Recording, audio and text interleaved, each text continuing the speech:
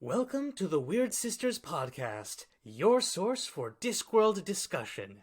My name is Manning, and I'm representing the Fools Guild. Joining me is Liz from the Cool Guild. Hey! And Dani from the Guild of Gilding. Gold-plated everything.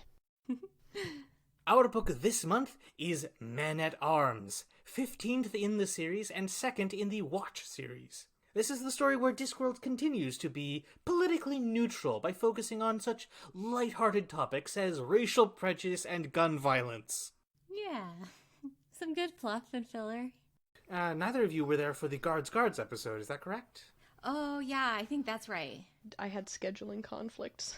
Because this one is, very continuity-driven and directly follows on from that one, it's not a great one to start with, but we could spend that time sort of recapping a little bit of how you two felt about this, sub-series. I actually really like the Watch series. I think the characters are really different in that they have, external motivations that I feel like a lot of the characters don't always necessarily have that kind of keep them together. And because it's such an ensemble thing, the contrast between each character is just really fun to see. What I expected from Men-at-Arms was very much not what I got. I don't know what I expected, but by the end of the book, I gotta say I'm not disappointed in how it went. That sounds a lot more negative than I actually feel. I was uncomfortable to start with, which was the point, I assume, and then it got better as it moved along. That's fair. I think I can really see where you're coming from on that, because I was kind of in a similar position, and I didn't even really read the back cover of this book, so I had no context for it starting, other than knowing it was part of the Watch subseries. I was tracking this one about as closely as I was tracking the last, but, I've never been good at mysteries, so as long as it gets solved in the end, I'm happy. Well, Men-at-Arms is a mystery, but it's, also a lot more. Yeah, for sure. And I just finished Altered Carbon seasons 1 and 2, so I've definitely been in a mystery kind of mood lately. Yeah, and I've been playing Zero Escape, so I'm used to, crazy continuities going on. I don't recommend playing the second Zero Escape, though, at this point in time, because it is about a pandemic. We've got a lot to talk about tonight, so let's load up the trivia stolen from its glass display case by the secret extra sister from her adjacent glass display case. Clocking in at just under 85,000 words, Men-at-Arms was published in 1993 with German and Dutch translations in 1996 and a French translation in 2000. The 1996 audiobook, read by Nigel Planer, lasts 9 hours and 45 minutes, with the 2005 abridged version, read by Tony Robinson, coming in at 3 hours and 14 minutes. The story was adapted for the stage by Stephen Briggs in 1997. In the 2004 Big Read survey, Men-at-Arms placed number 148. A variant of this book's cover art was used as the art for the 1999 compilation book, The City Watch Trilogy, which includes this story along with Guards and Feet of Clay. Those 3 stories are also being combined by Stephen Briggs into a new play, Murder in Ankh-Morpork, which apparently uses the core plot of this story and will hopefully premiere in September 2020. The brief mention of a camera containing a brownie is a reference to the first mass-produced camera, the Kodak Brownie, which was introduced in 1900 and named for its inventor, Frank Brownell. Sergeant Colin's line, "Remember, let's be careful out there," was the catchphrase of the 1980s police drama series Hill Street Blues, while this speech about truncheons is almost certainly inspired by Stanley Kubrick's Full Metal Jacket. In the same vein, Vimes is talking about a bloody awful cup of coffee, is an inversion to similar moments from Twin Peaks, while his line, "They call me Mr. Vimes," is a reference to the film In the Heat of the Night, spoken by Mr. Tibbs, and also referenced by Pumbaa in The Lion King. The Alchemist Guild attempting to create artificial ivory for billiard balls is a direct reference to the work of John Wesley Hyatt in the 1860s, and was a major step in the development of modern plastics. The Fools Guild painting their members' faces onto eggs is a real-world tradition dating back to the 1500s, since a clown's makeup is trademarked and unique to each individual clown. Men-at-Arms picks up where Guards left off. We open with Carrot Iron Founderson writing a letter home telling his adoptive parents that he has been promoted to Corporal of the Ankh-Morpork Night Watch. As part of his new duties, he has been helping Sergeant Fred Cullen train the new recruits. I like the fact that Carrot writes home dutifully as a character trait, because it seems like very good old boy kind of thing for him to do. Kind of a heartwarming opening. One of the new recruits is a recurring character, Detritus the Troll, who appeared briefly in Guards, and had a prominent subplot in Moving Pictures, involving his romance with another troll named Ruby, which I mention here because I don't remember if we talked very much about them then. Ruby does get mentioned in this story, so we know that their relationship is doing okay, even if we don't get to see her. Good. I'm happy for them. Ruby seems to be a good influence for Detritus. And it's nice to see, the things that happen in other books have a very present, continuation. There are two other recruits, a dwarf named Cuddy, and Angua von Uberwald, who is a... Sorry, I have to take this. One sec. Yes, everything is in place. We will rendezvous at the embassy in 36 hours. Tell Ludwig to bring the nail polish. Sorry about that. Where was I? Meanwhile, we meet Edward Deith at his father's funeral. The Deith family, once prominent aristocrats, have fallen on hard times. Edward blames this on Lord Vetinari, the patrician of Ankh-Morpork. After a chance encounter with Corporal Carrot, Edward decides that the only course of action is to bring back the monarchy. And as a grad student at the Guild of Assassins, he knows exactly the way to do it. Because the monarchy always works. While that's happening, Captain Samuel Vimes, head of the Night Watch, is preparing for his retirement and wedding to Lady Sybil Ramkin, dragon lover and richest woman in the city. Sybil is worried because Chubby, one of her rescue dragons, has gone missing. See, I'll put it out there now, and I actually remember something from the first episode where you were saying how the earlier books get contradicted a lot, and I'm going to miss many of those contradictions, but I did not miss this one with the dragons. In Color of Magic, dragons didn't exist anywhere except imagined. So, quick recap for anyone who missed Guards. On the Discworld, dragons are pitiable dog-sized reptiles that can barely fly and are prone to exploding when they're scared, excited, or it's Tuesday. You know, the ideal pet. So, the Night Watch is going to lose their captain, there's a mad monarchist on the loose, and the racial tension between the dwarves and trolls is coming to a boil. The whole points of tension, for some reason I could understand for some reason I could handle the dwarf troll feud a lot more than I could the humans interacting with said feud or with the dwarves and trolls at all. Because that was just plain uncomfortable. Yeah, it was. Yeah. And like you said, it is kind of the point of that. Mm-hmm. Yeah, and I think that anything that's gonna kind of talk about the topic of racism or prejudice in general really is at some point you're gonna have to kind of show those not so great and uncomfortable moments to show why they're bad. Yeah, agreed. Yeah, it's just sometimes it makes it a little hard to stomach it and get to, the satisfying conclusion of it. And the three of us are white. There's no obfuscating that. Mm-hmm. Well, I'm Mexican, so. Oh, really? Yeah. I'm half white, though, so I'm very light-skinned in that, yeah. Sorry for making the assumption. I didn't actually know. It's alright. That one I'm fine with. Dani and I definitely are very white, and so, we don't face the same, I'm just digging myself into a hole here. I apologize.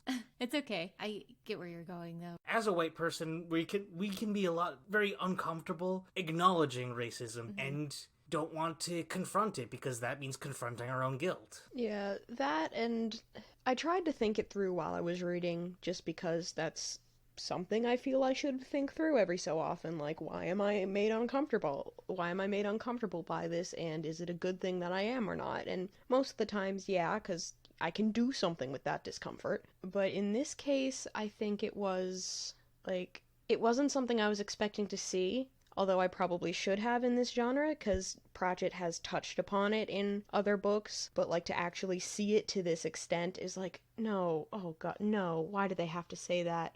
Oh god, why? On the other hand, though, I have to say it was a very quick and direct way to make you sympathize with some characters and absolutely hate the rest. But I think the thing that this book actually does really well around handling all of that is that it doesn't really excuse anybody from some amount of prejudice.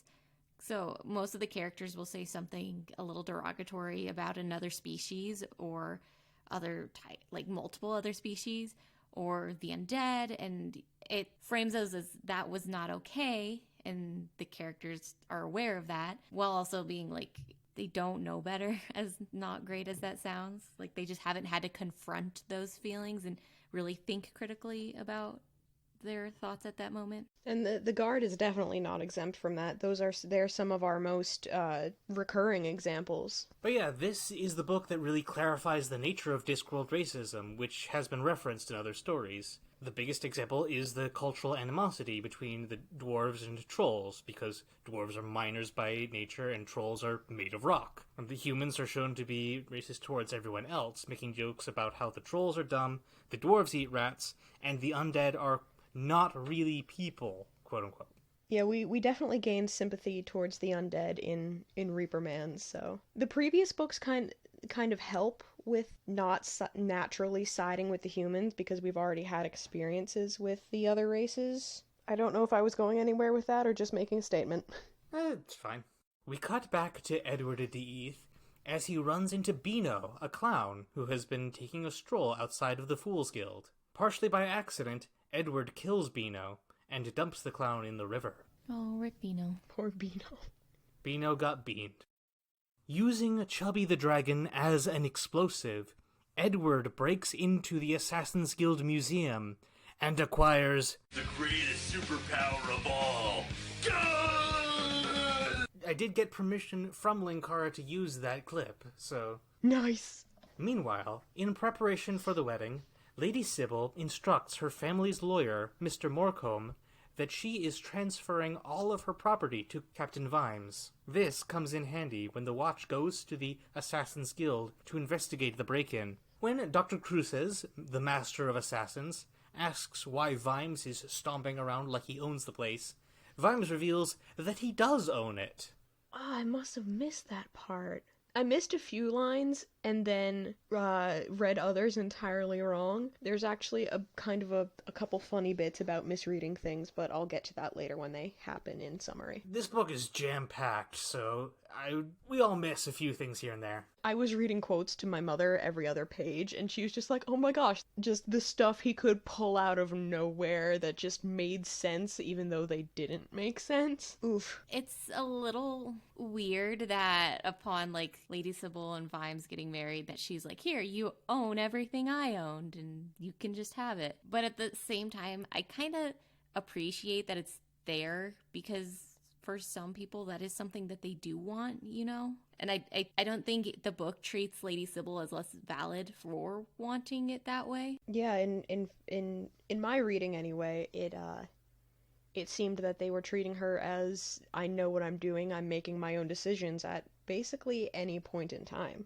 There's a possibility that she wants to transfer it as a way of giving Vimes, like, some level of power that he has not had, because she knows that he grew up poor. True, because he really wouldn't be taken seriously by aristocratic society, whereas she still has her name. Transferring all that also to him in its entirety would give her more leeway to focus on her dragon business than managing the estate. Exactly what I was thinking as well. And I also think it kind of gives Vimes something to do once he moves there, because I imagine she probably saw that the Watch has been his entire life up to this point, and so now he has another thing he can, like, manage and take care of. I do agree with your point that it's, I don't have a good word for it, but it's, like, not great from a progressive perspective. Yeah.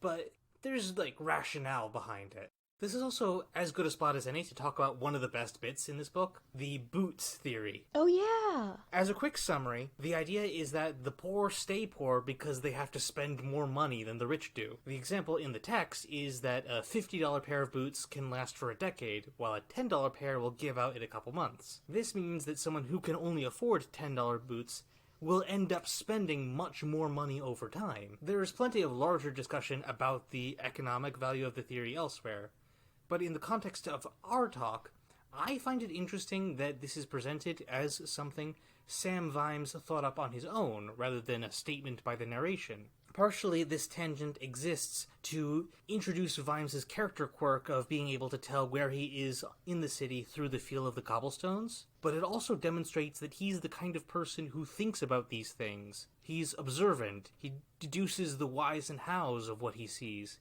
and he readily notices injustice. This is the kind of person who can do genuine good in a cynical world. Yeah, and I think they set up a lot of those similar traits in Carrot, and we have spent a lot of time with Carrot knowing that he is good and he believes in good and he's always going to do the good thing. But Vimes is a little bit more complicated, and working through alcoholism is a serious beast. Yeah. But I appreciate seeing that, like Carrot, he's walked around the city a lot. And he's noticed a lot of things about the city that a lot of other people probably haven't given the time or day to. And because of that, he has a unique perspective on the city and its people. I'm willing to bet that's... No, not even willing to bet. That's how he got to the position that he has. He's captain of the Night Watch. That's the stuff he needs to know in order to succeed in that position, and the Watch follows him readily. Somebody without all those qualities stacked together wouldn't last terribly long in the Guard. They'd make a mistake that he wouldn't because of his observations. And I think the differences in character that you guys are describing, they could each be strong characters that fit in a story well, but they'd be different stories, That seems fair to say. True. While Vimes is talking with Dr. Cruces, I'm sure I'm botching that name, as well as this next one, Angua meets a key witness to the crime, returning from moving pictures. It's Gaspode the Wonder Dog!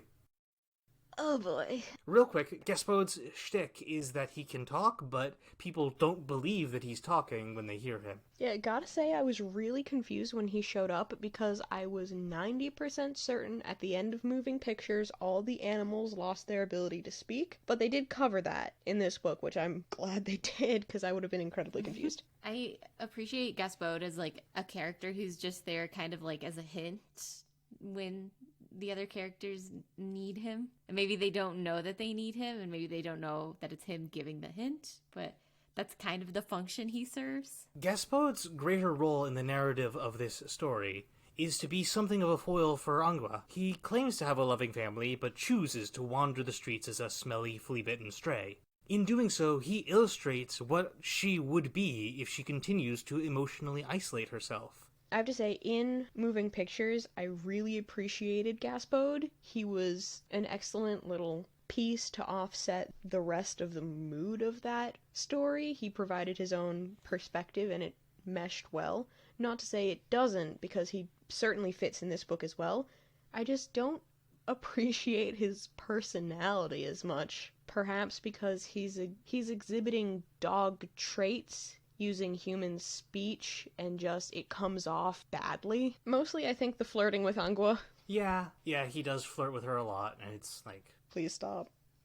Please stop, Gaspode, please. It's never going to happen. The assassins refuse to cooperate with the Watch, so Vimes goes on patrol with Carrot.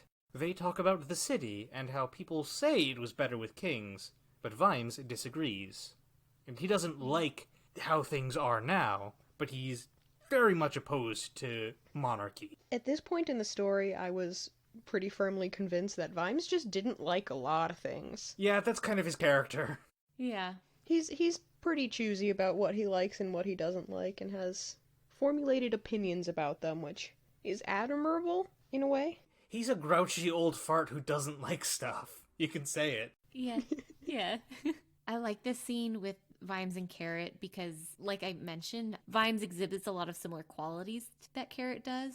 And I think that this scene kind of shows how those similarities bond them together. and how maybe not like super explicitly. I think Carrot does kind of look up to Vimes on a lot of things and trusts what he's saying. Absolutely. I think that formulates a lot of what Carrot thinks and how he responds to events that happen later in the book. Definitely. Meanwhile, Dr. Cruces pays a visit to Lord Vetinari and informs the patrician that the gon has been stolen. He says that the guild will retrieve it and that Vetinari should tell Captain Vimes not to interfere.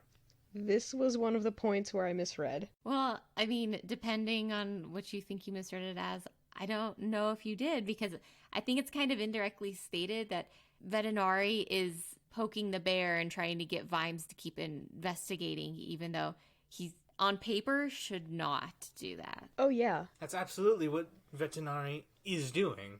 I managed to pick up on that, only the first time I was reading it. Throughout the whole book, I had to do double takes because I kept reading Gon as gnome. I was just like, oh yes, and then the gnome. I'm like, is this about garden gnomes, or are gnomes actually a thing, or... Just a fully loaded gnome. Yes. It's a really delightful mental image. Gnomes off the rails. It's garden warfare. But yeah, with this particular interaction, I totally skipped over the line where he kind of waves Cruces away, and I totally missed the part where he fell down. I thought he just, at the end of that confrontation, Vetinari was displeased with Cruces trying to order him to call off Vimes, that he rung the little bell, summoned his clerk, and was like, ah yes, he's fallen down the 50-foot shaft in the garden. I thought he basically just had the head of the assassins assassinated. So it was marginally less entertaining, but I'm glad I reread that section before the rest of the book, otherwise I would have been incredibly confused. Missing a bit of important context. Since the gun is in disrepair, it gets brought to Bjorn Hammerhawk, the master crafts dwarf. Once Bjorn finishes fixing it, the weapon goes off, and not long afterwards, the Watch discovers Bjorn in the river with a massive hole in his chest. And also conveniently making me forget that there had been a body in the river before. In accordance with Dr. Cruces' request, Lord Vetinari tells Vimes to stop investigating the theft. If the law needs to get involved, it will be in the hands of Captain Quirk of the Day Watch. Absolutely not. The rest of the Night Watch, disturbed by the gruesome death, go out for a drink. During a conversation with Carrot, Angua reveals that she has lodgings with Mrs. Cake, the psychic we met in Reaper Man, which was also the story that formally introduced the undead as part of the Discworld. Since that book, Mrs. Cake has started renting out rooms to various members of the undead community. Carrot doesn't realize that this includes Angua, assuming that she was hired to represent the minority group of women. I think this scene is where it particularly sticks out that nobody in the book is kind of free from their own prejudices, because here Carrot says some not so wonderful things about the undead, not realizing that Angua is part of them. Yeah. The misfortune people who pass can unfortunately face. We talked a little bit about werewolves being a type of undead in the Reaper Man episode, but it's worth discussing at least a little here. Personally, I think it makes about as much sense as vampires or zombies, since they're all conditions that get transferred through biting. I think there could be a little bit more to the dead aspect of it than what we see in this story. Now, having the undead as a persecuted minority almost falls into a common trap where fantasy racism is motivated by legitimate fears. But that's not the case here in Discworld. The undead basically keep to themselves, and there's no justification for the way humans treat them, which is much more accurate to real-world bigotry. And I think that the undead are kind of supposed to represent a non-ethnic minority. More like, I kind of in my head was seeing it as like, you know, the like gay, trans, lesbian communities, where it was called one thing, and then you start adding other groups to it, and then that term doesn't exactly fit anymore because it's expanded outside of that meaning, but the term's still kind of used because that's what everybody knows, you know? And also, I guess, when you have undead, people are like, well, they used to be human, but they're not anymore, versus pre and post coming out to people who are incredibly bigoted. So we've mentioned werewolves in general. Let's talk about Angua. For the first quarter or so of the story, we mostly see her through the perspectives of Carrot and Sergeant Colin, and their thoughts are largely about her physique and gender. She does take umbrage with the casual sexism of the Watch, but once the narrative starts letting us into her head, the focus changes to how being a werewolf impacts so much of her life. This ties into the theme of prejudice by illustrating how it affects people who pass as, quote, normal. There's a constant sense of guilt about hiding some aspect of who she is, coupled with the fear of being found out. It seems very authentic to persecution based on things like religion or sexuality, like stuff that is not immediately visually recognized. Admittedly, the rest of Angua's character is a little weak. Her personality is vaguely badass action girl, and she doesn't have a particularly strong motivation beyond a hint of wanting to find somewhere she belongs. I think part of that is just that this is her introduction, and she doesn't have much room to grow. Yeah, and I think we do get some really great nuggets of her personality. I think she would do well in a story where there maybe is fewer characters, and or maybe the external plot is not the primary focus necessarily. It's a lot about the interrelationships between the characters. We did have a large cast with little screen this go around. Mm-hmm. Yeah. The same thing with how Granny Weatherwax always takes up the focus of the witch books. So much of the Watch stories are focused on Vimes. Men-at-Arms also adds nuances to Carrot's character that weren't really present in Guards. For one, he has the same ideas about diversity that you see from people complaining about cartoons on Twitter. We do also learn some more positive things, like how he has a genuine love for the city's history, and knows basically everybody by name. But ultimately, Carrot is still less interesting as a character than he is as a vector for other people to react to him, with the superhuman charisma and everything, which is more conveyed through people thinking about him to themselves than through what he actually does and says on the page. It's still there, just like it's kind of an informed trait. Yeah, I definitely think for sure. I do think that unlike in Guards, we get a little bit more of who Carrot is and how he thinks in this one. Lawful good pushing what lawful means. Yeah, I have a very similar opinion to that, where unfortunately a lot of his personality is informed. His honesty, his simplicity, his incredible trivia knowledge of Ankh-Morpork, but I feel like that also serves to make him as unassuming as he needs to be for later events to have the impact that they do.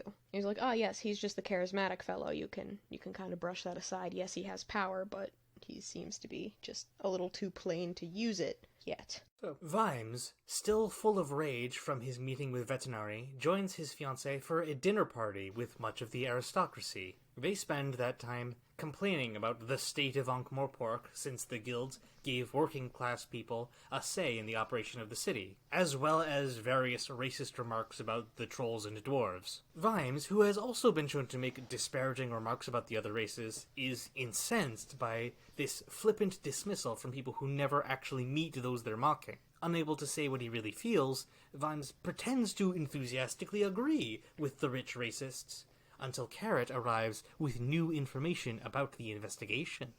That was a portion that kind of went over my head a little bit, because he kind of just kept pushing it until the one lord in question had to keep making worse and worse remarks to keep up with the remarks he was putting forth, and had to keep agreeing with him, until his wife called him aside and said that he was making fun and making that aristocrat look bad, which I certainly am all fine with. The man's a jerk, but I didn't understand how he was embarrassing that noble. I'll probably have to look over that part again, but it was something that entirely went over my head, and I would greatly appreciate more takes on that scene. But also it served to me to show the differences, I guess, between different kinds of prejudiced people. Like, you have the aristocrats who are just, they don't know what they're talking about, they're just going with what other people say because that's what they say, and they don't want to look bad, and all that sort of thing. And then you have people like Vimes who feel almost entitled that, like, I'm allowed to make these kinds of remarks because I know these people, I've met these people, I know what they're like, quote unquote, which, while I don't agree with either of them, you kind of side with Vimes more simply because he has more experience with the people in question, but he's still not right. Either version of, like, a racist person isn't, like, great or okay, obviously. But seeing them interact is certainly something. Yeah, it's like there's levels there. And I think part of where some of the, like, dealing with racism stuff falls flat in the books is that, and maybe I missed this, and if I did, please correct me, but it doesn't necessarily feel like all of the characters have to, like, confront their assumptions. And I think Vimes that's especially the case. Yeah, I feel like, though, at least with Vimes, he will come to terms with that eventually, especially with how the book ended. Yeah, like, he will have to come to terms with that, and I, at that point, do trust him not to, like, let anything he thinks or feels be in the way of the success of the watch, especially with Carrot giving him tips. You could make an argument that Vimes is not actually basing his... I don't want to say that he's, like, not actually being racist, because it's, like, there's definitely some race-based stuff in his thought process, but Vimes has been shown to be, like, very much extremely cynical about everyone. That's just the extent of his general curmudgeonliness being a factor in how he treats, like, all the people of the city. I'm not trying to excuse it as, like, him being, like, I'm not racist, I hate everyone equally, because that's dumb. Yeah. At that point, at least you hate everyone equally, right? Hating everyone equally doesn't result in everyone being hated equally, if that makes sense. Yeah, that does, and it kind of, like, clicked 5 seconds after it was out of my mouth, but I would still prefer somebody who just is a cynic to everyone, about everyone, rather than targeted, because then you at least know what to expect with them. It's also clear from the language of this scene that Vimes hates these rich people way more than he does any, like, troll or dwarf. Mm-hmm. Mm-hmm. And also, one thing that I thought was going on in this scene, but, like, rereading didn't really support, was that Vimes was, like, making statements about the rich people, or, like, trying to frame it as agreeing with them, talking about the dwarves and trolls, but it doesn't quite click the way I wanted it to. What this scene, like, does a lot of is it makes attempts at conveying certain things, but I think, like, Vimes' portrayal about his relationships and thoughts about the other groups of people is that it's a little more complicated. And he's not really succeeding at being an accommodating person. And I think because his, like, interactions on this, I think, are the most complicated. Something that I realized during the reading of this, the prejudice against the dwarves seems to be very much inspired by real-world racism, especially the eating habits, like dwarves eating rats, and, like, especially reference to them eating dogs during this scene.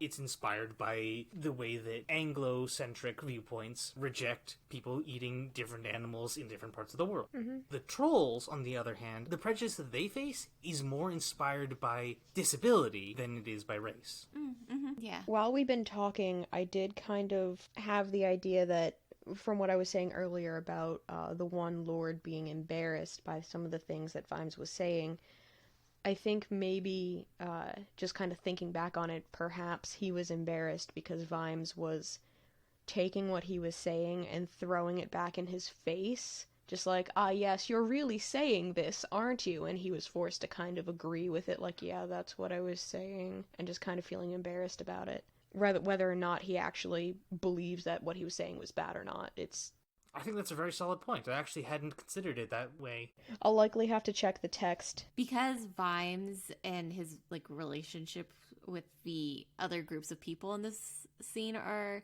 more complex, I think. It ultimately means that having, like, a good, nice, solid feeling resolution is a little harder to get. And I think that's part of where my discomfort around this comes from. Also, just, like, racism isn't something that you can just solve in one scene or in one book. Yeah. True enough. So, Vimes and Carrot go to Mr. Hammerhawk's smithy and discuss the circumstances of the dwarf's death with his family.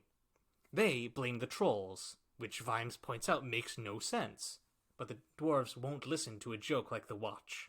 As the two guards investigate the workshop, Carrot explains dwarf funeral traditions, such as how a smith's tools are melted down after he dies, and how dwarves are buried with weapons to protect them from anything they might encounter in the great beyond. Eventually, they find two clues: a piece of paper covered in alchemical symbols, and, lodged in the wall, a lead pellet.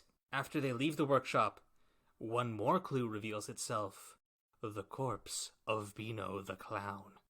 Cuddy and Detritus are assigned to investigate the paper, which they bring to the Alchemists' Guild. Meanwhile, Sergeant Colin and Corporal Nobbs, they're still here. They go to investigate the Fools' Guild. The gatekeeper mentions that Beano was up and about yesterday, but Nobbs reckons that he had been dead for several days. The plot thickens. The plot ends up in the river and doesn't sink. The river thickens. The river thickens. Yeah. Soon enough, Vimes gets a demonstration of what the Gone can do, as his room gets obliterated by bullets. He's unable to catch the attacker, but learns more from a gargoyle and some discarded shell casings.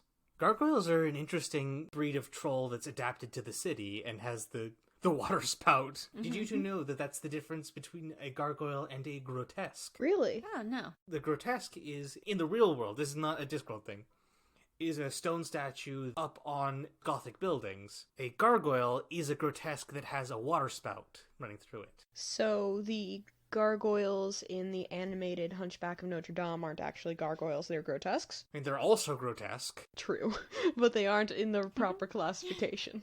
It's been a long time since I saw that movie.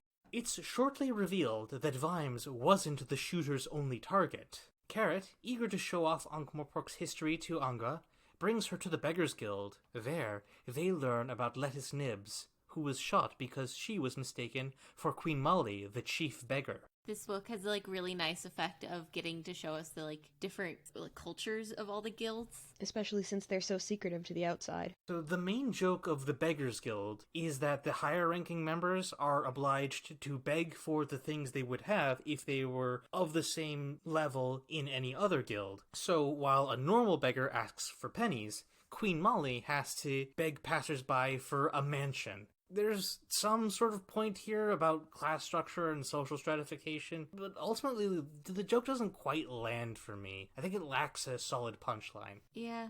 Meanwhile, Lance Constables Cuddy and Detritus have begun to overcome their racial animosity, and Cuddy is teaching Detritus how to count by tens. During this, they spot a man who runs away from them, and chase that man into a freezing warehouse, where he locks them inside. As the temperature begins dropping to a fatal chill, it also makes Detritus's silicon brain run more smoothly, granting him super intelligence. I think this is just a fun kind of character detail thing. To be oh yeah, the trolls are computer people. Yeah. But they're also a group of beings not from around places like Ankh-Morpork necessarily, so they're better suited for a different climate. Now, this aspect of troll physiology does contradict a scene in an earlier book, but this is more interesting, so who cares?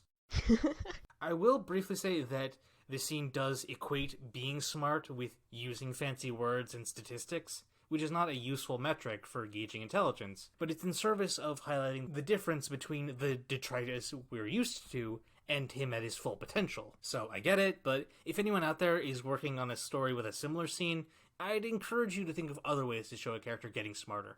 I can kind of appreciate, though, that it was made mention that he was... It wasn't so much that he was getting smarter, he was in that he was, suddenly able to process numbers faster, unlike the druid computers elsewhere in the disc. So you see what I was talking about with trolls being functionally disabled. In Ankh-Morpork, they are in a place that is not built to accommodate their specific needs.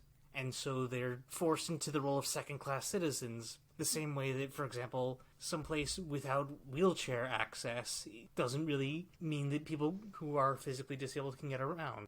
I didn't get the connection to disability when I was reading the book, but as we're going through this and we're talking about all these scenes, it makes more and more sense in my head. So thank you for bringing that up.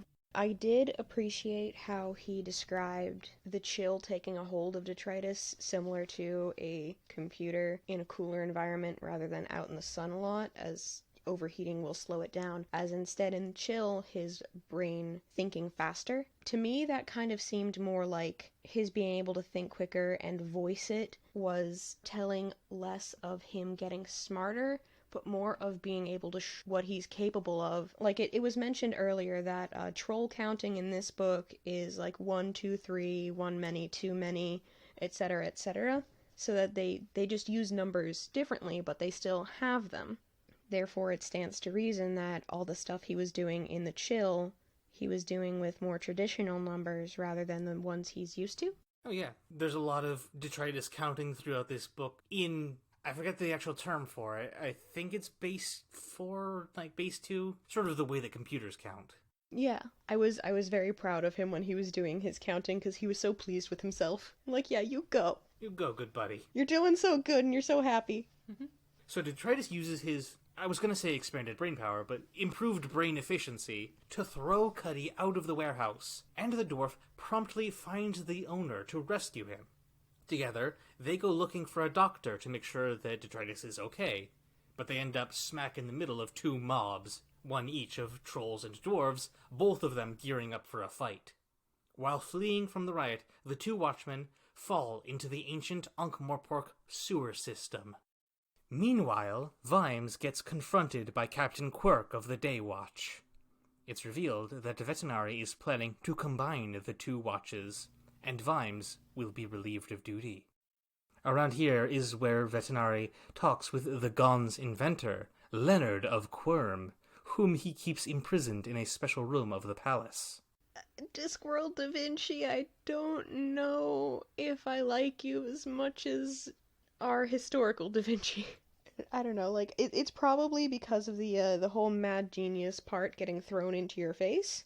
Yeah, I can't quite say what about it, but something about him just kind of didn't mesh well with my preferences of character types, I suppose is the easiest way for me to put that. The words aren't coming easily today. I appreciate that in this scene where Vetinari and Leonard are talking, Leonard, like, he's aware of it and he feels regret, I think, about having created the gun, but he was just, like, so consumed in the process of creating that he didn't think about the consequences of it until it was too late. I appreciate a Discworld Leonardo da Vinci because that is one of my favorite historical figures. I think it's because I personally take so much pride in learning things about those fields, biology, psychology, and art, that seeing this Leonard not be entirely, not entirely there, but also not entirely happy with the things that he can do, kind of upsets me a little bit because I personally am very proud of my own abilities.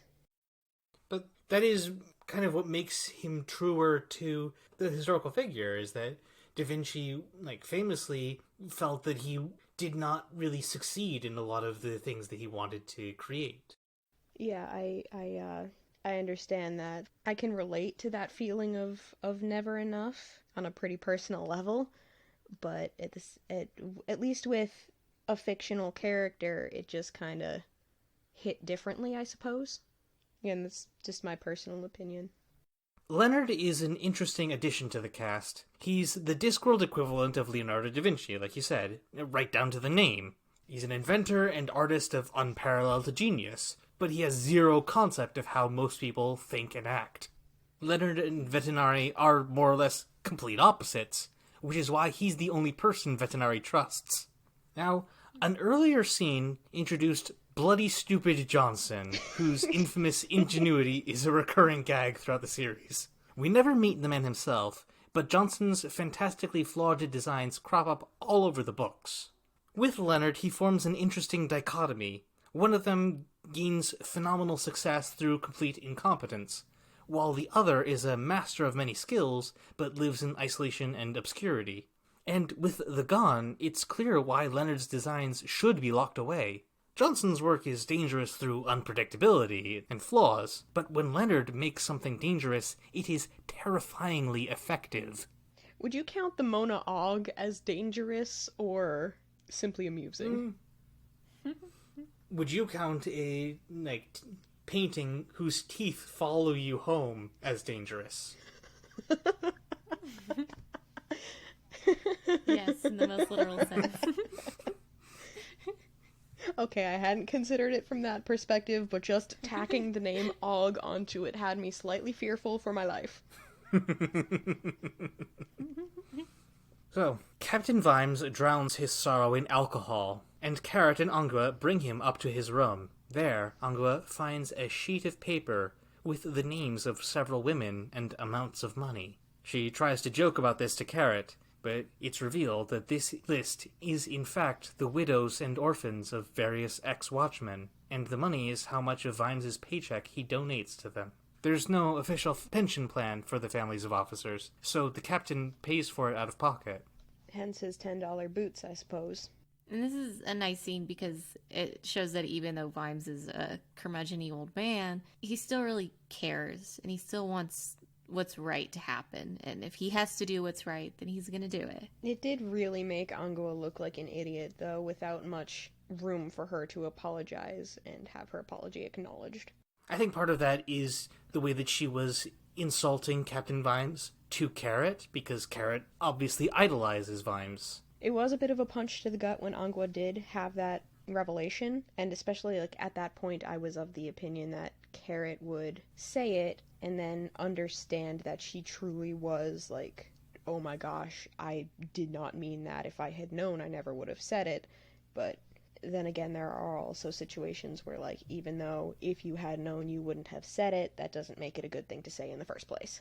So it kind of makes sense. I had thought Carrot would be a little bit more kind in that situation, but it played out how it did, and that's that. Yeah. It says a little bit about everybody, actually. Carrot, Angua, and Vimes especially. So, Captain Quirk arrives to tell the Night Watch to stand down, and also to be really blatantly racist. Quirk has arrested the troll Coalface for the murder of Mr. Morcombe, which is completely unjust and definitely going to start a race riot, but there seems to be nothing the Watch can do, even after Cuddy and Detritus return to show the others that, in the sewer, there's another corpse of Beano the Clown.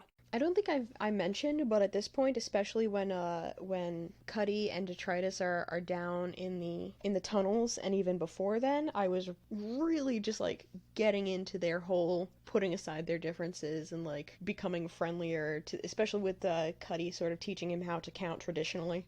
Well, traditionally for non-trolls. For non-trolls, yes. But at the same time, just yes, thank you. I've been waiting half a book for this. They're overcoming their cultural animosity and growing as people. I love it. Yes! Character development in such a fashion cannot be understated. As Vimes goes to Lady Sybil's estate to begin his retirement, dwarves and trolls around the city begin to riot. The Carrot gets an idea. They may have turned the Watch into civilians, but as civilians, they have the right to form a citizens' militia. To do so, they break into the city armory, and Corporal Nubbs demonstrates hitherto unseen knowledge of weaponry to get them all properly equipped. I am very much a fan of the trope of one of the more unassuming characters just coming up with, yes, I know a lot about this, and proving incredibly useful, at least for a moment. My other comment was yet another instance of Carrot's lawful good pushing the boundaries of lawful. Yeah, he just needs somebody to push the loophole into the forefront so that he can use it. Did I read it correctly? Does he literally just kind of carry a law book on him? Yes, he does. Yeah. Yeah, because I think it's established in Guards that he just started reading that as soon as he started joining the Watch, and just so he knew every law in the city. He's great. I like him. During this scene, Carrot comes out with this wild line. We practice policing by consent in Ankh-Morpork. Now, the circumstances undermine the integrity of that statement a bit, since he's talking to someone who is being actively threatened by the rest of the Night Watch. But as Angua observes, Carrot is completely serious. The Watch should act for the good of the public with the public's permission. It's a novel concept if you're used to a world where the police exist to violently enforce the status quo. Yeah. And in a story about race, you have to think about the police. Yeah. I'm glad they're on the side they are in this telling. This makes me excited to see more of the Watch subseries. The idea that, like, you know, the Watch does good for the people because the people are, like, entrusting them to do good. And it's like, there are a lot of, like, cool, interesting possibilities open there, you know? Especially with Carrot, who takes serve and protect very seriously. I, for one, am going to have a field day comparing the Watch to particularly seasons 1 and 2 of the Penumbra podcast, the Juno Steele story, which is more about the rogue detective, like your noir tropes, but also about his inabilities to do enough good as part of the police. It's a pretty thrilling clash with the themes in this book in particular. From the armory, Carrot and the militia return to the Fool's Guild for a further investigation. Carrot has so many points in bluff, it's not funny. Mm-hmm. Yeah. So to set the stage for our listeners, Sergeant Colin, right? Yes. He explicitly tells Carrot they can't do anything if the head of the Fool's Guild doesn't want to talk. And so if the head of the Fool's Guild says, nope, I'm not talking to you guys, you need to leave, they have to do exactly that. And Carrot decides to dance around that fact a little bit and air quotes threatens. If Dr. Whiteface doesn't want to talk, then Carrot and the other watchmen will do exactly as they've been ordered to do in this scenario and just casually don't mention the fact that that means leave respectfully. Although then that's sort of what I was talking about with like police stories framing people like exercising their rights as villainous behavior, which is yeah. And I think that's totally fair. It's just the only reason that this scene, I think, plays more funny for me and removes some of that discomfort is because knowing Carrot, it's like he wouldn't actually do anything, you know? And so it's just playing off of that perception, but there's no actual real threat there. Calling for a lawyer is your right, and it is far too often framed as an admission of guilt in TV especially. It is not. It is a right. So, in the Fool's Guild, the militia discover a secret passage into the Assassin's Guild. And Carrot figures out what happened on the night of the theft. An assassin killed Beano the Clown and stole his identity to get away with stealing from the assassins. I really like how this played into the trivia about the clowns' faces, because the Fool's Guild especially are so far into their role that to see a clown not in makeup, not in their designated makeup, is essentially being faceless, and they can't, and because that is their face, they can't even imagine somebody else stealing somebody else's face and wearing it. It's as disgusting an idea to them as it would be in a literal sense to us. This is just where the whole mystery part of this book, I think, is really coming to a head. It's like we're seeing them put all the clues together, and and we can feel that we're almost at the end, and you get to like see the whole conspiracy kind of come into clarity, which is always like the super fun part of mysteries. So this is like a really fun section of the book, despite the tension. To investigate further, Angua secretly changes into her wolf form and peruses the Assassin's Guild building pretending to be a dog. When she finishes snooping, or snoopying, she finds that her watch uniform was stolen by the beggar Foul Ol Ron, and sets off to retrieve it, Gaspode in tow. But their hunt is interrupted by a meeting with Big Fido and the Dog Guild. The Big Fido stuff is kind of a weird tangent. He's this little poodle who wants to form an army of dogs and overthrow humanity, and he inspires other dogs to join him by giving speeches about wolves, speeches that Angua knows are full of exaggeration and misinformation.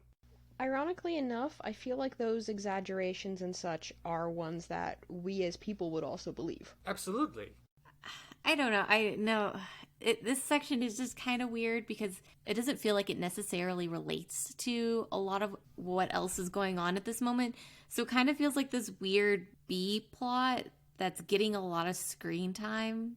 So I don't know. I didn't particularly love it. I think there could be some like really interesting things you could do here, but maybe we needed to be introduced to the idea of the Dogs Guild a little bit earlier.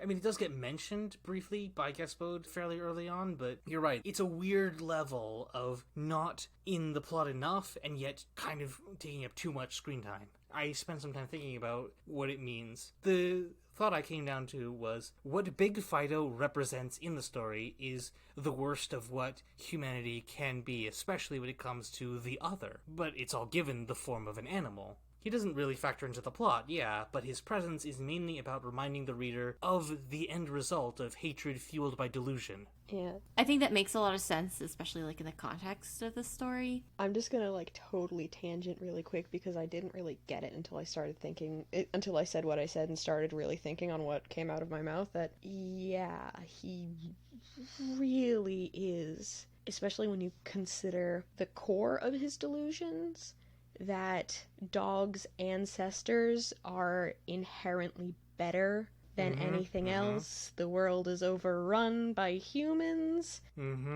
Big yikes. Especially when you have Angua there, who's like, yeah, no, wolves are nameless, and the only reason the pack works so well together is because they are entirely in harmony with each other, not just kind of thrown together and aggressive.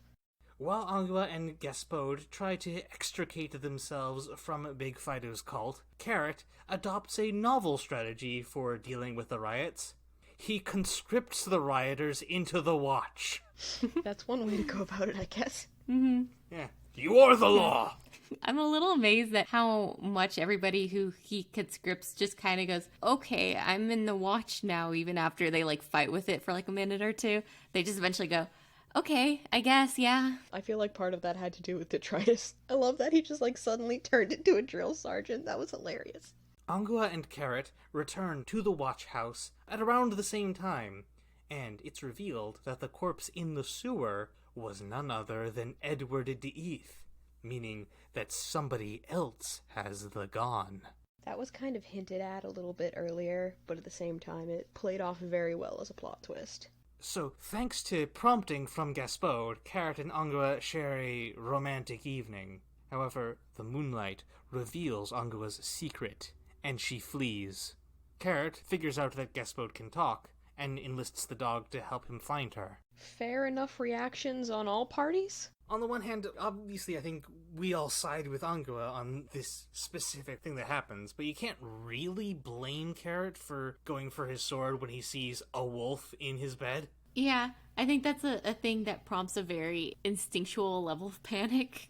Angua's reaction is definitely valid as well, and this seems to confirm all of her fears. Because Angua spends so much time anticipating getting rejected, and so the instant she senses any hint of Carrot not liking who she really is, then she bolts. Like, I don't blame her. This is all perfectly understandable, but they're not talking to each other, and that's the fundamental flaw. Also, an officer shouldn't be sleeping with their subordinates. Very true. Very true. So, the next morning, technically still Captain Vimes prepares for his wedding. The service is being held at Unseen University, and we get a few cameos from various wizards. Then, Lord Vetinari arrives, and from high in the University Tower of Art come bullets. One hits Vetinari in the leg, while another hits the Carrot. As in the Corporal Carrot, not whatever you were thinking. This is essentially the beginning of the end, the start of the true final act, final chase, etc. Angua senses that Carrot is in trouble, and she and Gaspode rush off to save him. However, they are intercepted by Big Fido and some of his vicious dogs. Gaspode uses his power of speech to command the other dogs, giving Angua time to run. Big Fido chases after them, but can't keep up, and eventually, his blind fanaticism results in the poodle falling to his death. But Big Fido wasn't the only one. Cuddy, who had been stationed on the Tower of Art, and was too late to spot the shooter, meets death as well. But he refuses to move on until he has a decent burial weapon. Cuddy's death is really out of left field. Unless I'm mistaken, it doesn't even happen on the page. And in a Discworld story, it's unusual for such a main character to die like this. Yeah, you're totally right about like every part of this. I don't know, it felt like a thing that happened because the stakes needed to be raised, and like that's fine. That's how stories work essentially. So I'm like not hating on that at all, but it felt like, oh, okay, we need to make this threat really real and make it personal. So Cuddy ended up being the fall guy. Mm-hmm. Womp womp. Sorry. It was another one of the points that went over my head when they said that, who was up on the tower. Oh, it was Cuddy. And then there was that moment of, oh wait, and the rest of the book had kind of led me to believe that there was something wrong with having him specifically up on the tower. Like, there was no way it could be him on the roof. I wasn't expecting him to have died. The way it was phrased kind of made me feel like there was something there that I had missed entirely, like a logical step. That's fair.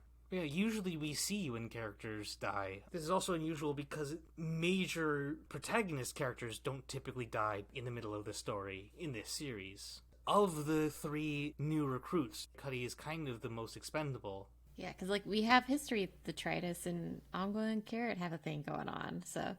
He had the least invested in the established members of the Watch, because the most establishment he had was with Detritus, who was also a recruit, and of course it had to be a recruit that they would have killed off, and not one of the ones who had been just conscripted because we don't care about them yet.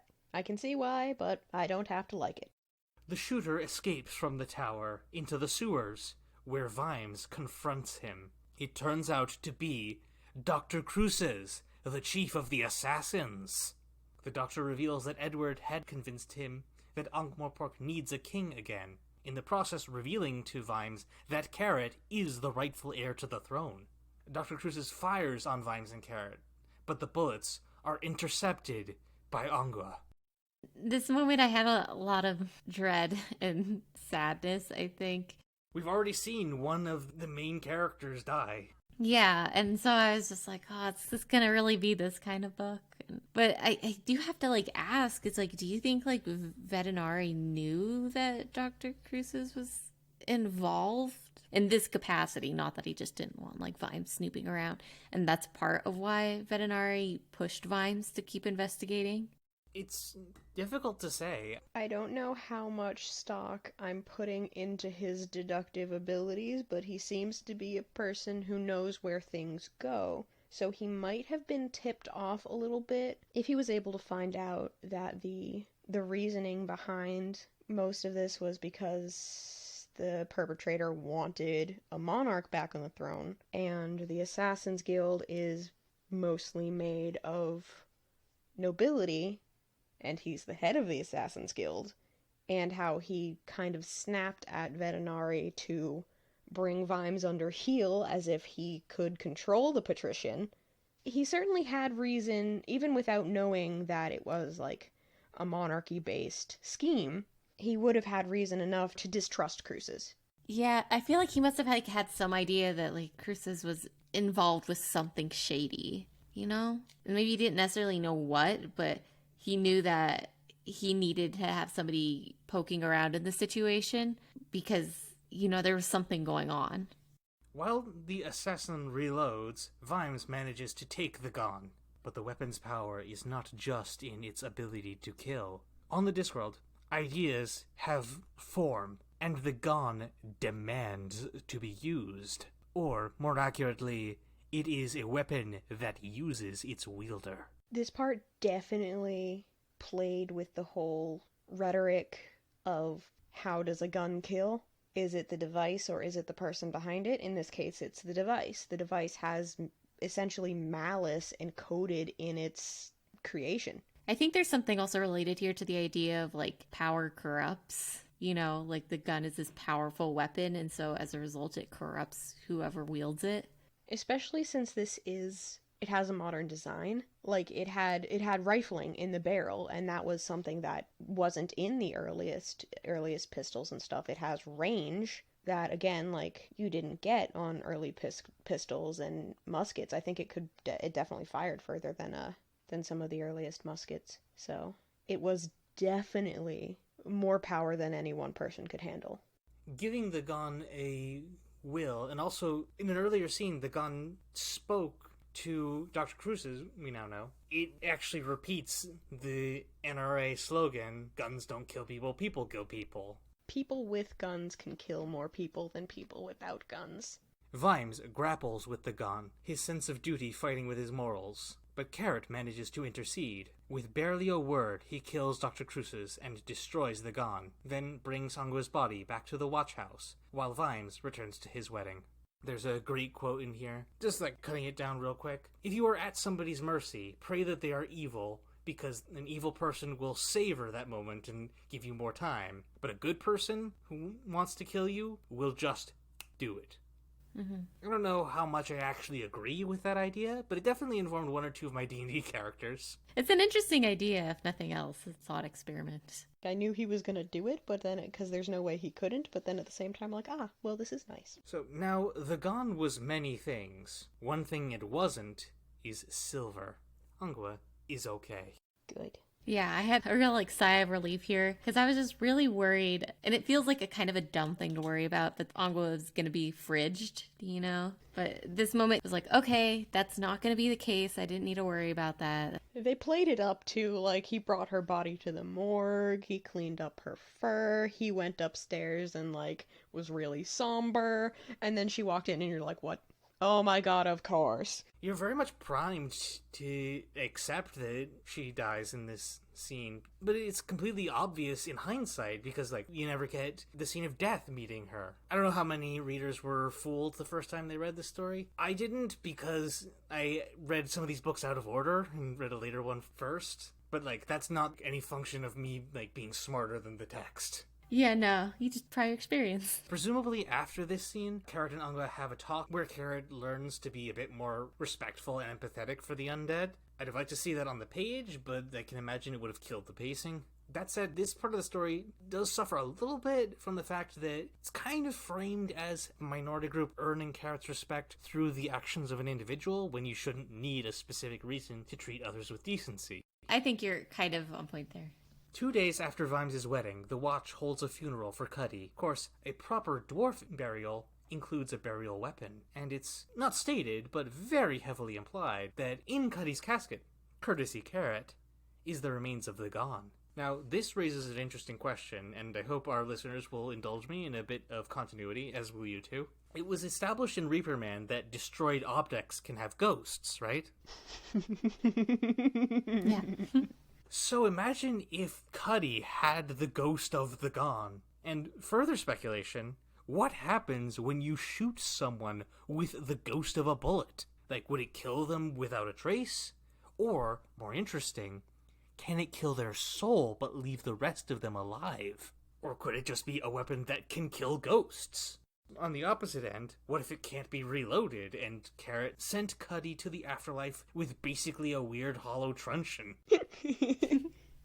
These aren't questions that the story answers, but I invite everyone to share their own ideas. The Magnus Archives has a take on what happens if you get shot with a ghost of a bullet. After the funeral, Carrot reports to Lord Vetinari to discuss the new terms of the Watch, now that they've added 50 new recruits thanks to the militia conscripting. Vetinari also promotes Carrot to captain, which Carrot accepts on the condition that Vimes be made commander, a position that also makes him a knight. Lady Sybil is pleased, because in her eyes, this ratifies the nobility that she sees in her husband, while also letting him continue the work that is so important to him. And so, as Gaspode flees from his family, Commander Vimes takes charge of the dwarves, trolls, undead, women, and yes, the men at arms. So what did you think? I really like this book overall. Like I said, I've been consuming a lot of mysteries lately, so this is very nicely fitting into my interests at the moment. It ended well. Yeah, and it felt very just for Vimes, whose ending seemed kind of the bleakest throughout the entire book. Because he very clearly loves the Watch. He he uses it to define part of who he is. And he wasn't going to have that, so how does he define himself anymore? And I think he was really struggling with that, and it definitely impacts how he acts in the book. And so I think this is kind of like a happy medium where it's like, he's not in the watch proper, but he's still involved and like gets some of that in his life. And there's definitely room for more that I am excited to see. I would have liked it if this story was more about Angua, even if some of the stuff that is, like, focusing on her tends to be a little bit exploitative, with her, like, having to take off her clothes to do stuff. And also that a lot of her story ends up revolving around Carrot, which on its own would be a lot more frustrating, but the story uses it as a catalyst for both characters to grow as people. Angua becomes a bit more confident and hopeful about her future, while Carrot begins to understand how his biases can hurt those around him.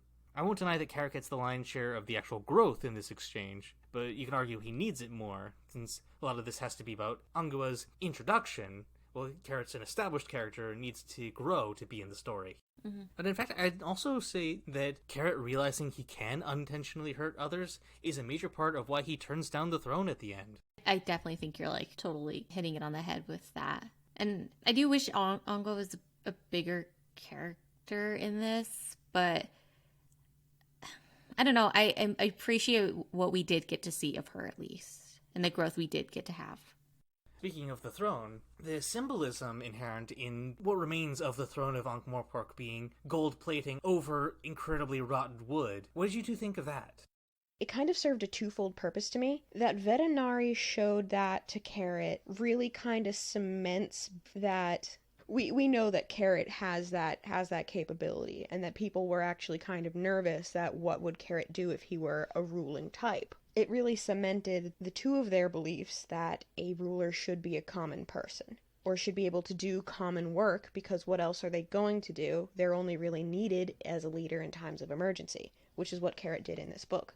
On the other hand, it also brought my mind back to the patrician's, quote, throne, a wooden chair at the bottom of the steps. So technically he does have a throne without the gold foil plastered all over it, and without being above everybody else.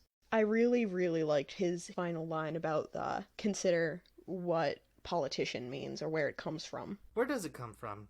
Same as Carrot was saying, it also is derived from polis, which just means city. So therefore a polis man is a man of the city, and a politician is someone who is well versed in the state of the city. There you go. Don't nobody say we never taught you nothing.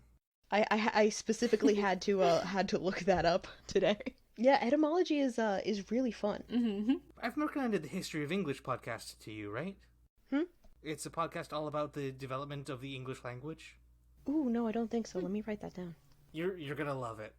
And so I know we've talked a lot during this whole discussion about prejudice and racism and stuff. And I wanted to say, to that person on Reddit who said that they couldn't listen to our podcast because we spent so much time virtue signaling, these books are political. And not just in the way that, like, all media is political. These are explicitly political. They are about things. And, like, I wouldn't call it so much virtue signaling as, like, we're talking about our genuine thoughts and feelings about the story. It's not so much an English class as we're saying this is what you should think and this is what you should believe. We're just kind of putting out our own thoughts and opinions. And that's basically it. We're not saying this is how you should think. This is just how we think. And I think part of that is, like, you can engage with media or people however you want. I know there are pieces of media that I don't particularly enjoy consuming because something about it just doesn't, like, sit right, even though if at the core of it I know it's a good product saying a good thing, just because, like, the message doesn't jive with me. And, like, I think that's fine. And if this is that for somebody else, then that's also fine, you know? But I think it's just, like, acknowledging that and just kind of moving on. And in the name of moving on, do we want to move to the ending of this episode? Sure. All right, so the Weird Sisters podcast, we are on Facebook, Twitter, Tumblr. We have a Discord server where you can chat directly with us. Also, all the episodes are shared to my YouTube channel. And it's all made possible thanks in part to the support of our Patreon patrons. Every episode we give a shout out to one randomly selected one. This month's shout out goes to Jessica Michaels. Thank you, Jessica. Hello. Thank you, Jessica. Also thanks to Willow Carter for our theme music. To my co-hosts here, Dani and Liz, for joining me on the Talk Talks. Always happy to be here. And thanks to you, the listener. Join us next time for Soul Music. Ooh. Yes. I'm excited. Liz, would you be so kind as to hit us with the favorite footnote? Murder was, in fact, a fairly uncommon event in Ankh-Morpork, but there were a lot of suicides. Walking in the nighttime alleyways of the Shades was suicide, asking for a short in a dwarf bar was suicide, saying got rocks in your head to a troll was suicide. You could commit suicide very easily if you weren't careful. Until next time, the turtle turtle moves. moves.